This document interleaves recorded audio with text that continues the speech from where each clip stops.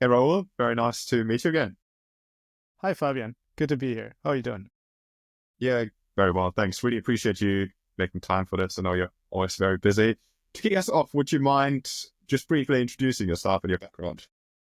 Yeah, for sure. Would love to. So, hi, Fabian. My name is Raul Kraus. I am an automotive engineer by background. I've been consulting in the automotive space basically exclusively for the last 13 years. And my focus has always been on digital transformation in one way or another. Obviously, 13 years ago, we haven't talked about AI much, but, I always had the focus on how do you bring all the processes and the organizations into the 21st century, especially when you're talking about legacy automakers. And yeah, now I am currently a senior manager with EY in the space of AI and data. Okay, thank you. Really appreciate the overview.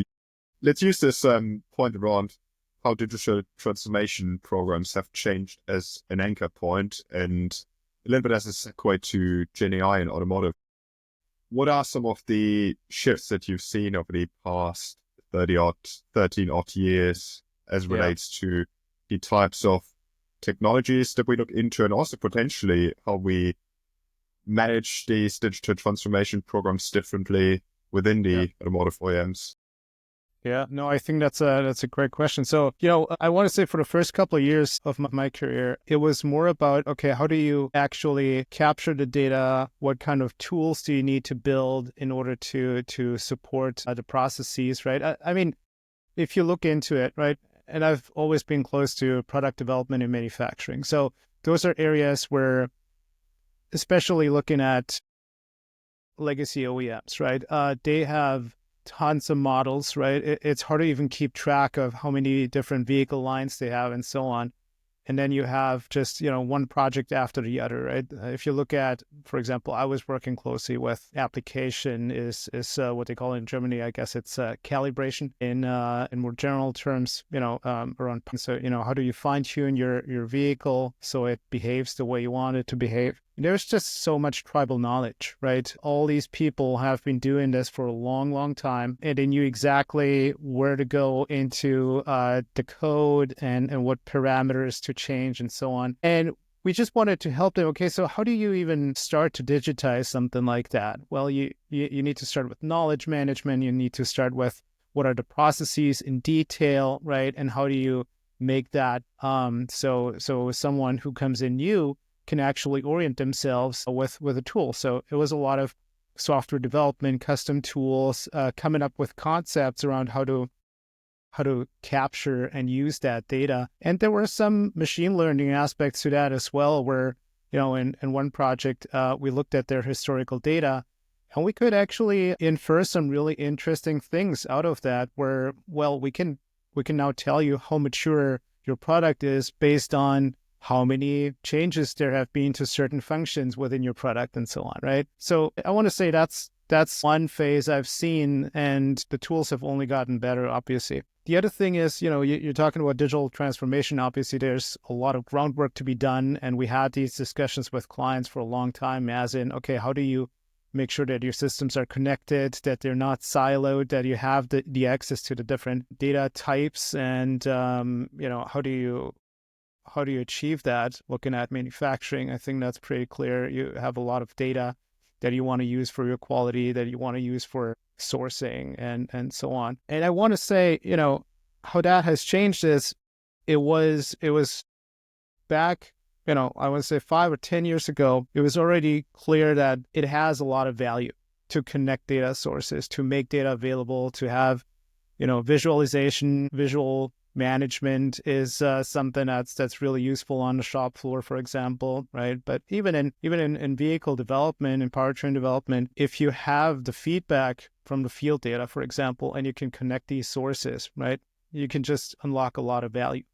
And I want to say that now with AI and different types of AI becoming more prevalent, I think that digital transformation aspect has just become more of an enabler, right? Because now it's clearer. It has been clear in the past to some extent, but I think now there's even more value that has appeared and that can be unlocked. So, you look at data strategy, master data strategy, you look at underlying systems for OEMs, right? The PLM, ERP, MES integrations, etc.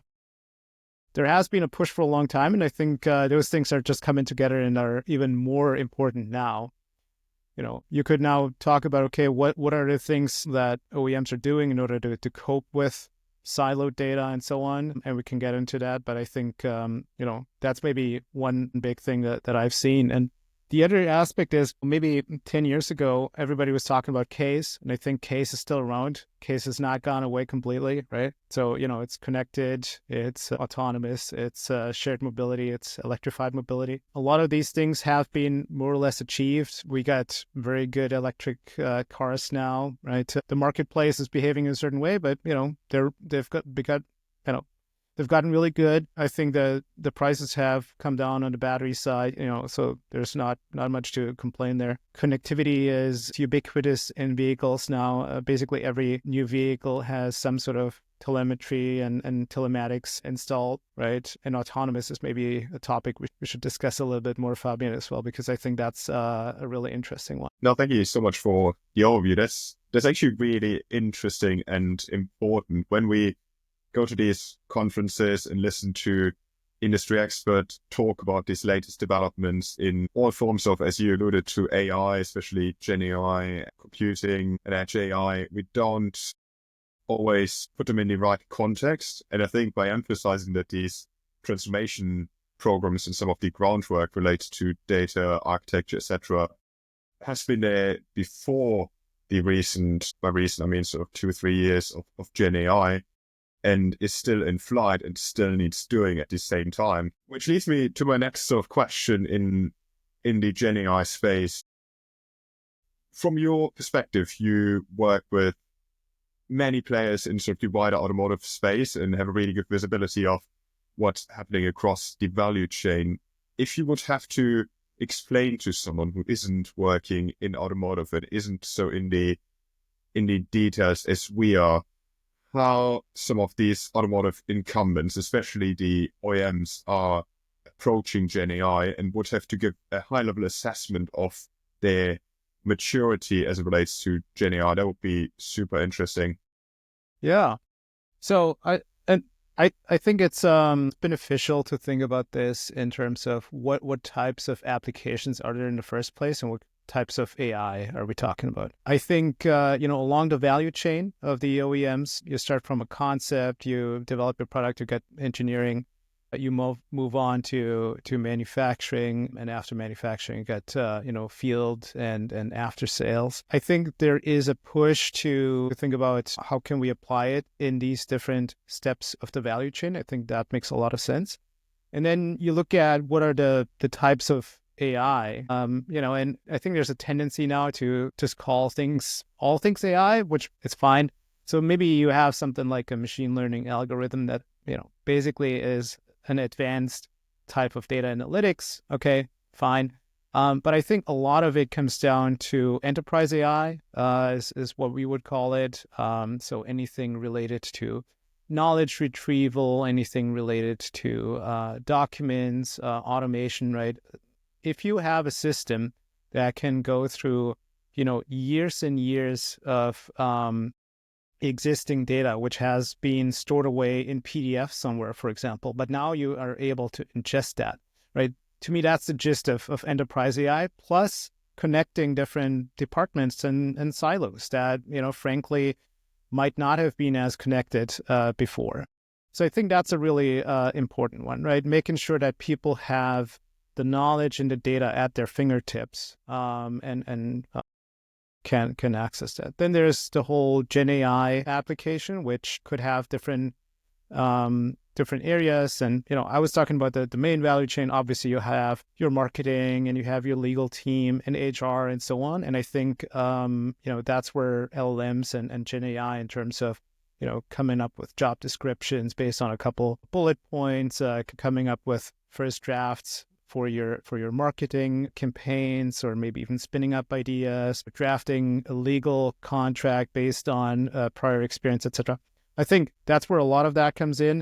You can also talk about Gen AI in terms of design, right? And I think there have been some really interesting examples that are public facing where OEMs have used. I know one of the big three in the US, for example, has a public example where they have used Gen AI for generative design of, that was a bracket, I think. So, a part that people don't really think about. But the question is, how can you do something that is a relatively repetitive task? Because, like every vehicle needs brackets, throughout the vehicle, but you always have to like adapt them a little bit to the geometry and the packaging and so on. Plus, is there maybe a better way to design the bracket to save on material, to save on, other aspects, right? Make it more serviceable and accessible and maybe more stronger for that specific application and so on. So I think that's an interesting application. And now I think we're also, and obviously there's Gen AI also for pictures and videos, images, right? Mostly with like a design concept and maybe marketing application. And I think there's also a new type now of AI that has been coming out the last couple weeks, months. It's relatively new, right? If we're talking about agents, I think that's been a talking point. So agents in terms of you have, for example, you want to automate part of a process, but it's more than just, the one step. Really, you want it to, shovel data back and forth, do something, manipulate something, right? I think that's where agents come into play. They're not super good yet, but as a lot of things AI, they're bad, and all of a sudden everybody's talking about how good they are, right? I think we're going to see maturity go up significantly there too. And I don't know if you played around with deep research. Have you tried that out yet? From OpenAI has that. I think a couple others are imitating it as well. Actually, Similar with reasoning. About the reasoning models, right? Which think about your prompt a little bit longer and try to come up with something a bit better than just giving you shooting from the hip answers. Now, deep research is basically a combination of that with an API that can scrape websites and just go and find information and do research and analysis.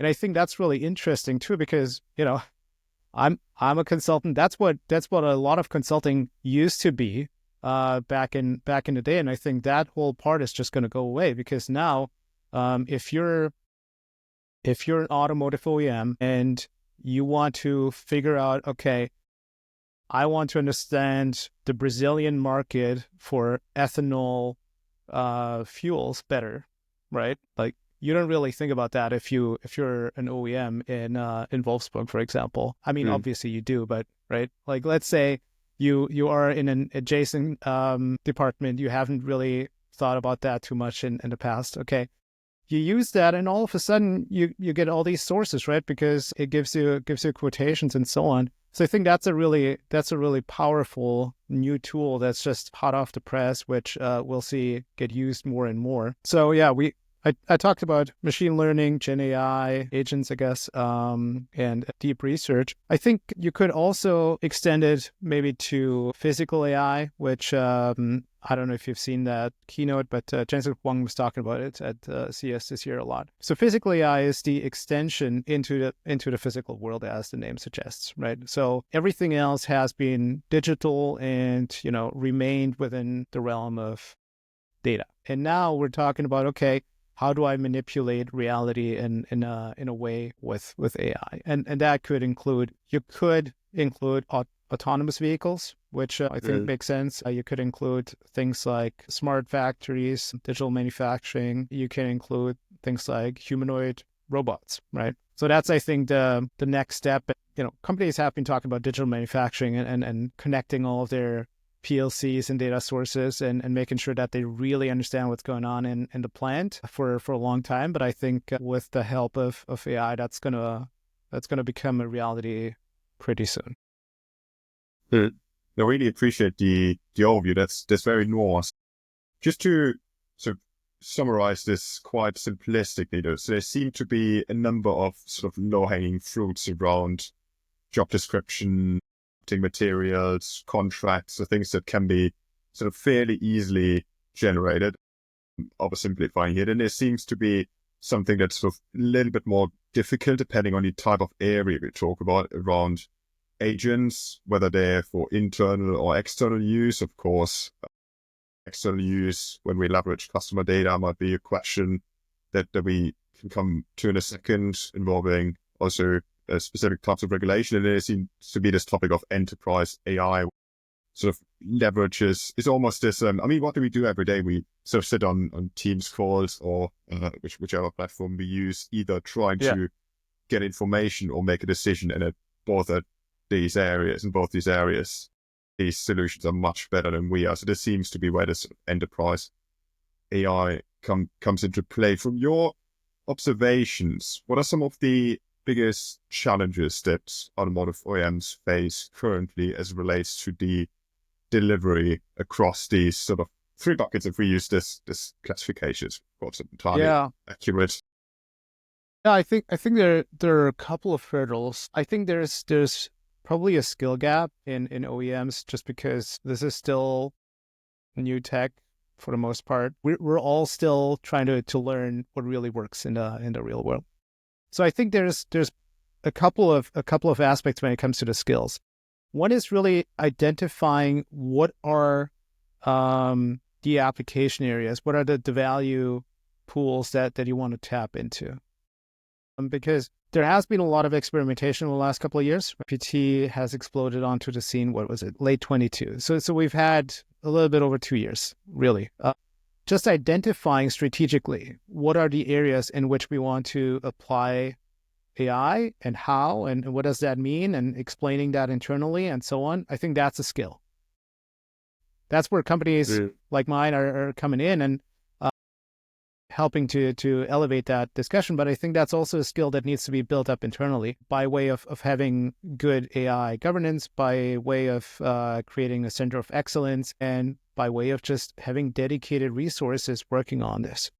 Then, of course, there's the technical implementation aspect of like, okay, how do I even set this up? How do I run an LLM within a corporation without giving away my secrets? And at the very beginning of ChatGPT coming out, we've seen examples. I think there was some source code leaked because a programmer gave it to the chatbot, and there were no safety measures around it, and that was leaked onto the internet. Obviously, there is always some risk involved if you just have your data shared with a public company or private company like OpenAI. So I think the talent and the skill gap is definitely a real hurdle. There is another big hurdle which ties into that, which is all the legacy systems, right? I was talking about digital transformation. At the core of it, what is digital transformation? Well, it's making sure that you actually have connected systems, you have good data governance, you understand types of data, the different sources and so on,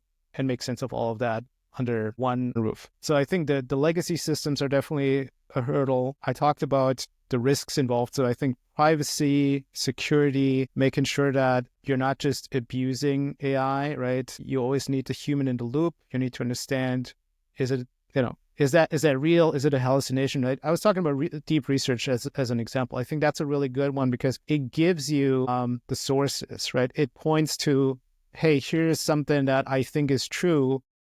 Go and look it up if you want. And I think that's definitely needed, right? So we can't just have blind faith, because what it also does is if you trust the systems too much and something bad happens, let's say it's just economically bad, right? Like you make decisions based on recommendations. You're not second guessing them. You're not double checking. And now the company is figuring out months later, oh, we just lost a couple $1 million because, somebody didn't question this. You're going to lose a lot of faith in AI.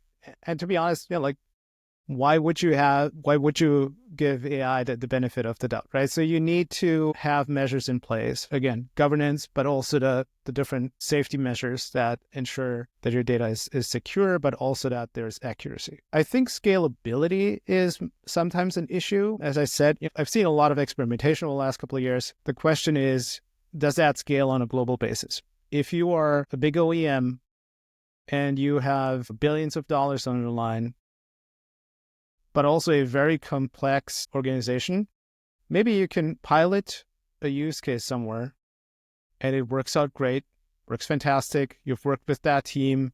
They are super happy with the result. And now you go to scale and all of a sudden it fails for whatever reason. There could be many reasons, right? One is, well, maybe culturally speaking, that was set up in a way that doesn't jive with Japan, or it doesn't jive with Brazil, with etc. So there are different ways that use cases can fail. So when it comes to scalability, I think that's a big one, and ultimately culture, right? I've worked with clients where there either has been a lot of skepticism and or just straight out rejection. So some people just only see the downsides, and I think we have to walk a narrow path here for a couple of different reasons, and we can talk about that, what I mean by it. But if one of your leaders says he doesn't want to touch it, well, guess what? Nobody's going to touch it, right?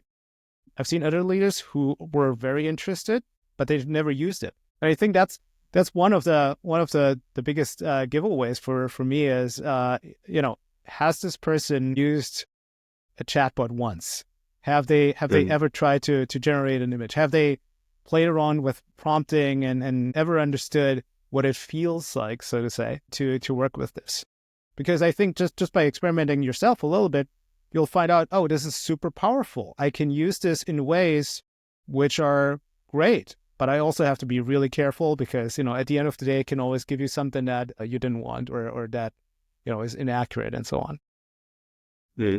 And just on that last one, that's a fascinating one. Overlaying this is almost this sort of disincentive that I hear a lot in these conversations where we measure power within automotive OEMs or any incumbent for that matter by our budget responsibility and the number of people that sit sort of beneath us in the organizational structure. And with GenAI, we of course that's right. would like to increase our efficiencies where we always sort of disincentivize to implement it in some respects. I was just wondering if you've seen any ways to manage that particular conundrum in a way.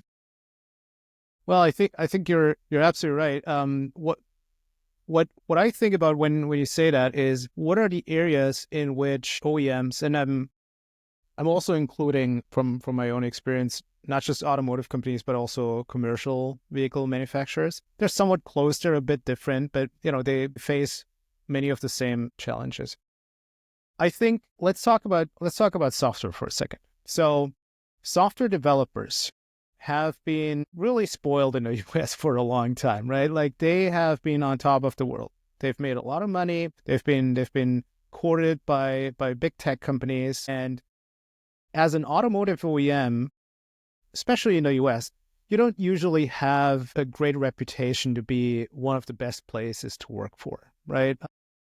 That doesn't necessarily reflect reality, but there are a couple of reasons why that is. One of them also is that as a software developer, you can probably make more money working for a startup than you can working for an automotive or commercial vehicle OEM. So for a long time, they've been struggling with retaining talent, with getting talent. And I think this is an interesting one to your question, like what are the areas in which people might be more open to that? And we know that in software development, the Copilot, the different tools that are out there, they're insanely powerful, very powerful tools. So you can basically just tell it, write code for me that does this.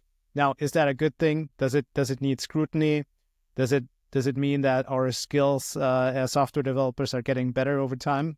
I'm not sure about that. We need to be critical. But what I'm saying is, I've seen a statistic, Fabian. I don't know if you've seen this one. This really surprised me. The number of jobs for software developers in the US is down more than 50% from its peak. Now, where does that come from? Are we producing less software? Don't we need software anymore? No, I think it's very clearly an effect of GenAI in software development. And surprisingly, I think that is really an area where traditional OEMs have been struggling, and they can benefit from that if they play their cards right. What it really means is a couple of software developers can now do the job of what would have been a team of at least double the amount of people probably even 3-4 times that much, right? So I think that's an area where, and software is just getting more and more important, obviously, for automotive, right? We're talking about the software-defined vehicle. We're talking about new features coming online. We're talking about a whole new business model, even where you look at the new entrants to that arena. You look at Rivian, Lucid, Tesla. How do they operate versus a traditional incumbent? And the way they do it is they just keep shipping product, right? They send out their updates all the time. So there was this whole idea for a while that, a car could maybe even be an appreciating asset. Of course, that's not true, but in terms of like the value you get from it, it increases over time if they keep pushing out better and better software. And that's something I think where traditional OEMs can do a lot of catch up with the help of AI, surprisingly. First of all, that's fascinating. To cover slightly sort of complementary angle that we've alluded to so far, you mentioned when we were talking about hurdles or global challenges, you mentioned, okay, it's really important when we consider privacy, security, the particular considerations when we scale solutions globally. You mentioned Japan as one area, which leads me to the question around regulation, which is, of course, a really interesting one in that context. You're originally from Germany, you're letting work in the US now, of course, with global clients. What are some of the differences, maybe particularly comparing the two, so the US with Central Europe in terms of regulation? Yeah, absolutely. And I think it's by the way both. I think that it's regulation, but also mindset. The mindsets are also different. So yeah, as you said, originally from Germany, having worked there for the first 6 years of my career, and being here in the States for a bit over 7 years now. So I've seen both sides. And I worked in pretty international settings on both sides, but you still get a feel for what the people are like and what just the environment is like for OEMs. Obviously, the EU has GDPR and other regulations, and just a heavy emphasis on data privacy, on data protection, and so on. And the US has less of a centralized approach. It's more state dependent, and it's just a patchwork of different rules and regulations. So that makes it a bit more complicated on the US side probably than knowing, okay, you have to comply with this one law. But all in all, there's a reason why AI is moving so fast in the US. The legal framework, that's the interpretation, I'm not a lawyer, is more permissive, right? And that allows for quicker innovation. Now, you can argue, is that always a good idea, right? Like, what are the dangers? There are dangers, and we need to account for them, and we need to address them. But at the end of the day, the US is just moving much faster. And you can also see that in the fact that even German OEMs are pushing out, their latest and greatest in the US first.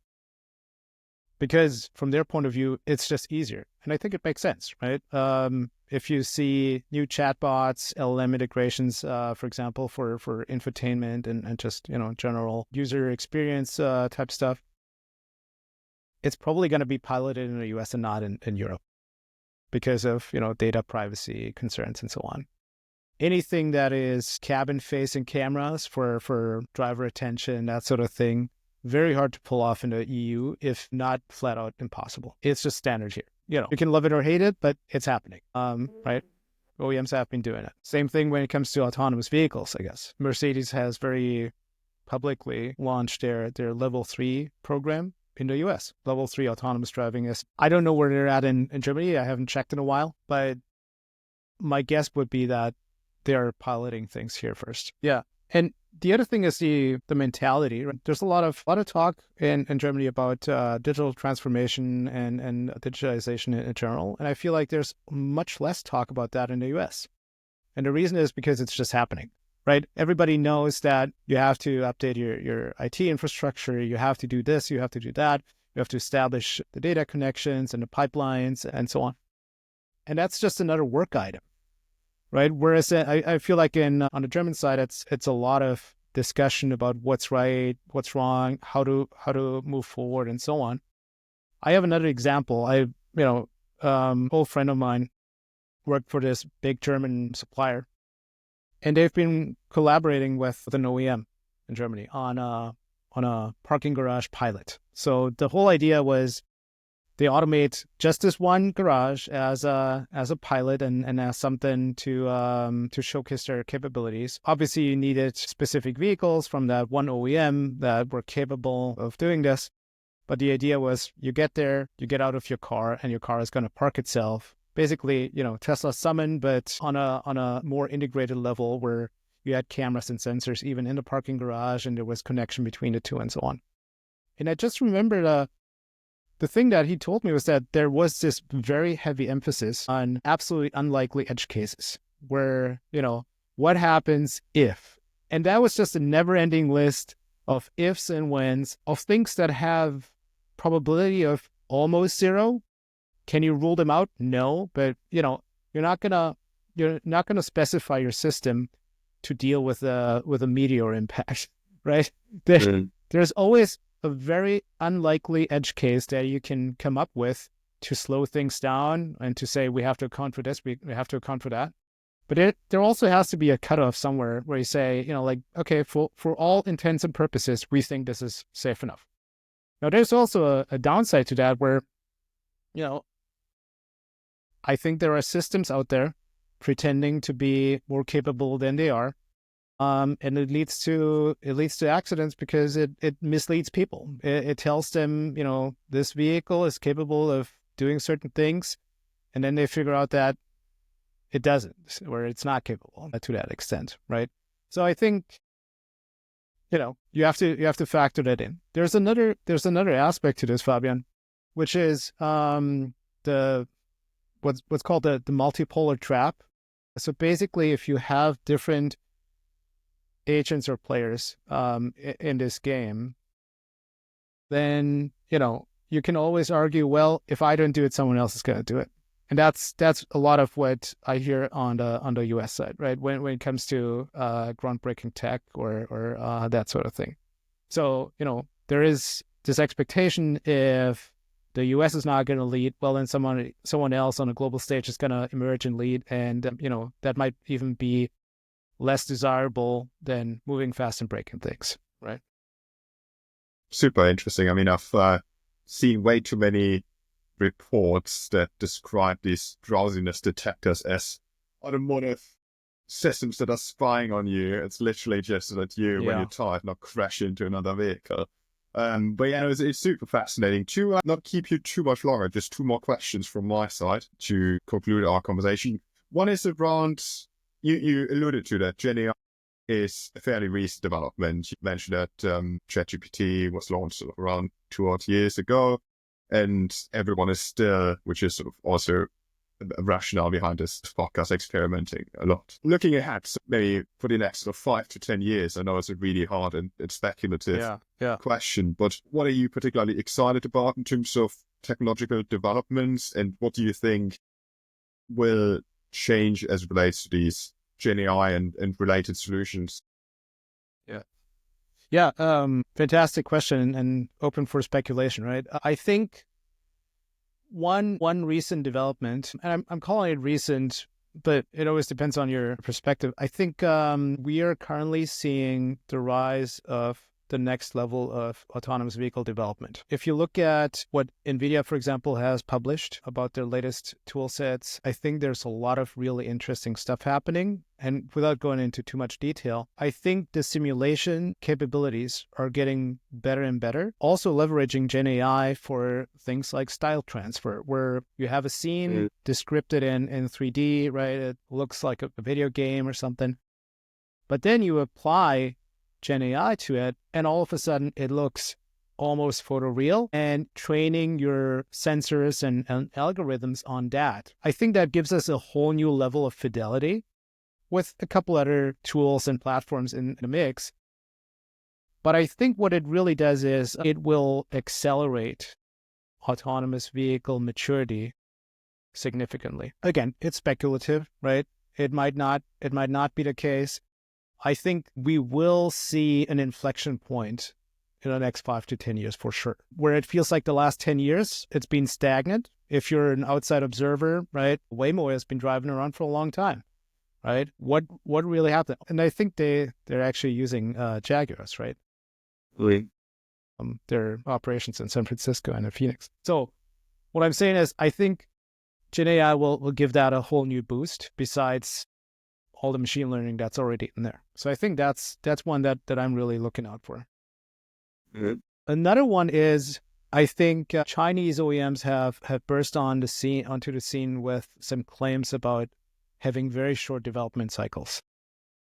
Now they're mostly, I think they're exclusively electric, much simpler than a conventional powertrain, etc. But I think they claim that they can go from concept to mass production, series production in 18 months. As a traditional OEM, you look at that and you're like, that's 4 or 5 times quicker than I am, right? Roughly. I think that's something that a lot of OEMs are going to look at. They're going to look at, okay, somebody has proven this is possible. Why can't we do it? And in order to get there, again, I think simulation tools are important, more virtualization, right? It doesn't mean that you can get rid of validation in the real world, but it means that the validation in the real world will start with a higher level of maturity from the get-go. I think virtualization, what's also sometimes referred to as shift left, right? In the V model, more doing things more virtually. I think that's going to be a big boost. Any sort of generative design that goes into that. There's just going to be a couple of different aspects of AI that come together to enable this. I think we're going to see that. Obviously, with the software-driven development, with software-driven vehicles, we're going to see more personalization, more the vehicle as a platform. And AI is really good in customizing things for you, right? On a mass scale. Something that would not have been possible before. Now, if you answer a couple of questions about your personality and preferences, you could theoretically completely change the look and feel of your vehicle if there's going to be more and more displays in there. There are modern materials coming online that can do crazy things. So I think a more customized interior, more customized vehicle experience, and this could go down even to a level where you say, okay, I want my throttle response to be more aggressive. I want my brake pedal to be less sensitive, right? Like just a whole new level of customization. And I think that's something we'll see and that OEMs are gonna roll out in the next decade or so. Yeah, those are a couple of things that I think are gonna come up.